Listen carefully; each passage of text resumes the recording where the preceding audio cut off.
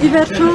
Ծառուկյանի հարցը, այսպես ասած, քաղաքական է, իսկ հանգուցալուծումը, ինչպես եք պատկերացնում այս իրավիճակում, հետընտրական է շրջանում։ Էլի քաղաքական է, որովհետև քաղաքական հաշվի արդարի հետևանքները իրավական հանգուցալուծում չեն կարող ունենալ, այսինքն շատ պարզ է, որ այստեղ իրավունքի օրենքի մասին որևէ խոսք չկա։ Պետական բոլոր ինստիտուտները դարձել են քաղաքական հաշվի արդարի գործիք, մեկ մարդու քմահաճույքով մարդիկ են կալանավորվում, մարդիկ վարկանց մեղադրանքներ են առաջադրում, այս տիպի երկրներում բոլոր հանգուցալուծումները քաղաքական են, այսինքն եթե ռեպրեսիվ մեքենան լափում է մարդկանց եւ մարդկանց ազատությունները, ընդդիմության կամ հասարակության խնդիրը պիտի լինի ռեպրեսիվ այդ մեքենայի երախը կոտրելը։ Պարոն Սուրենյան, Ծառուկյանի հետ կապված այս դրվագը տնտեսական վարկանիշի տեսանկյունից ոչ միայն քաղաքական, ինչ ազդեցություն կունենա միջազգային հարթակներում, թեև տեսնում ենք, որ շատ կառույցներ միջազգային, որոնք մինչև 2018 բավականին ակտիվ էին,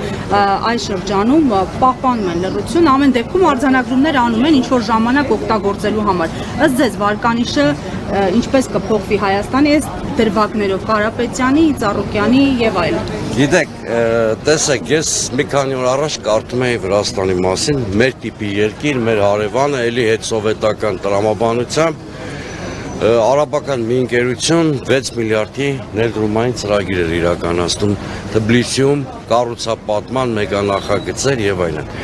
Հայաստանում մի քանի 100 միլիոն են ներդրումային ծրագրեր, սա ծիծաղելի թիվ է,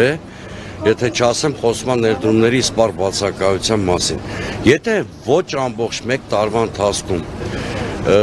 երկու համակարգաստեղծ ձեռնարկություն բանդիտական ձևով խլվում է, խոսքը հեցի մասին է եւ Արարատ ցեմենտի, ինչ ներդրումային միջավայրի մասին է խոսքը։ Հոխելագար չեն գան մի երկրում ներդրում անեն, որտեղ մի մոլագար որոշում ամեն ինչ։ Իսկ հնարավոր է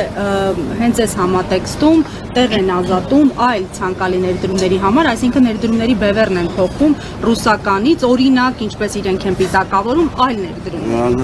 Ներդրում չեն ապահովում, բայց ակնհայտորեն ներդրումների դաշտ չեն բացում, բայց ակնհայտորեն ձեր ասած ինչ-որ տրամաբանություն գոյություն ունի, կարծես թե տնտեսության կառուցվածքն են ուզում փոխել, կամ սեփականության վերաբաժանման միջոցով լոյալ սեփականատերերի համակարգ ստեղծել, մասնավորապես տեսեք, այն օրը հակամայից ինձ բռնեցի մի մտքի վրա, ազգային կապիտալի ներկայացուցիչներին փորձում են ունեզրկել, բայց Հայաստանում սկսում է մեծ ազդեցություն ձեռք բերել, մի մարդ, որը ծնվել է Ռուսաստանում, հիմա ապրում է Միացյալ Նահանգներում, Սոկոլովի մասին է խոսքս, որը փաստորեն վիվասելի խոշոր սեփականատեր էր, հետո իմացանք, որ Թեղուտի սեփականատեր է եւ սա ակնհայտորեն խոսում այն մասին, որ ինչ-որ տնտեսության կառուցվածք են փոխում, չեն բացառում անգամ աշխարհաքաղաքական հատկանիշներով։